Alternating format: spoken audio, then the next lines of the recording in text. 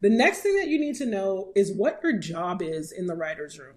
And it's actually similar. It has a lot to do with what I talked about in the interview process, which is your job in the writer's room is number one, to contribute. Full stop.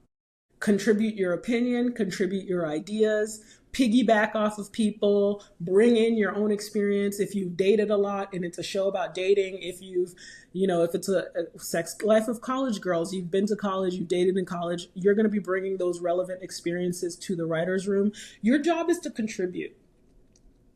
And one of the issues that I had early on in my writer's room career is that I was just really shy and I would get really psyched out, because I'm in the room with these really funny people, and I would get in my head and I would just get so psyched out.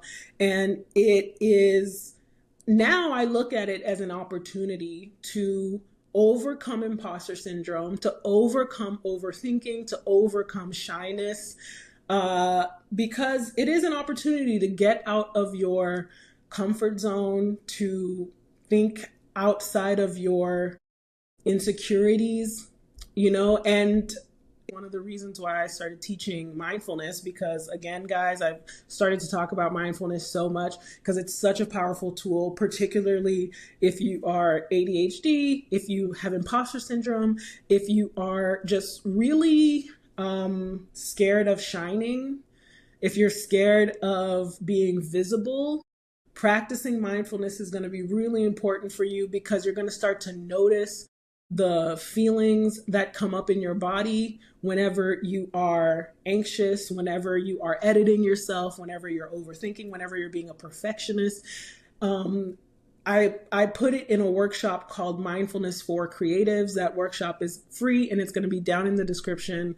And it's just a practice that you have to do over and over to really address those fears and those anxieties that come up when you're in the writer's room, so that you can be the best contributor that you can be.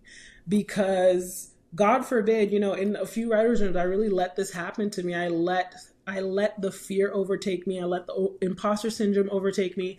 I let the perfectionism overtake me.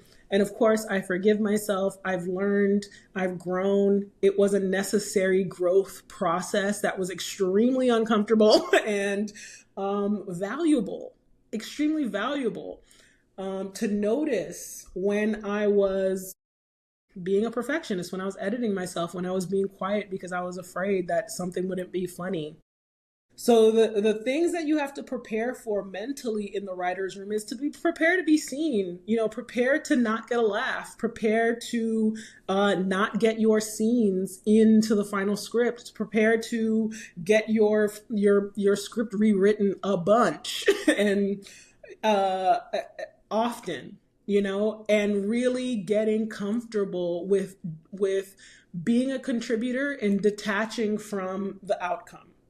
Detaching from needing to be the funniest person, detaching from needing to always be right or to always get your stuff in, to just really detach from that and just remember that your job is to contribute your ideas, your point of view, your experiences, just as much as possible. That is your job, is to contribute. And in order to grow, and if you want to grow as a writer, being in those uncomfortable positions are going to be really helpful and important to you, because those uncomfortable, difficult experiences of having imposter syndrome, of being afraid to speak up, they're going to be such fantastic character growth for you if you see it that way. It's going to be such fantastic growth for you as an artist, as a creative, as a writer, if you allow yourself to grow through those uncomfortable experiences. And again, one of the ways that you can practice that is with mindfulness, and I'll put that Mindfulness for Creatives workshop down in the description.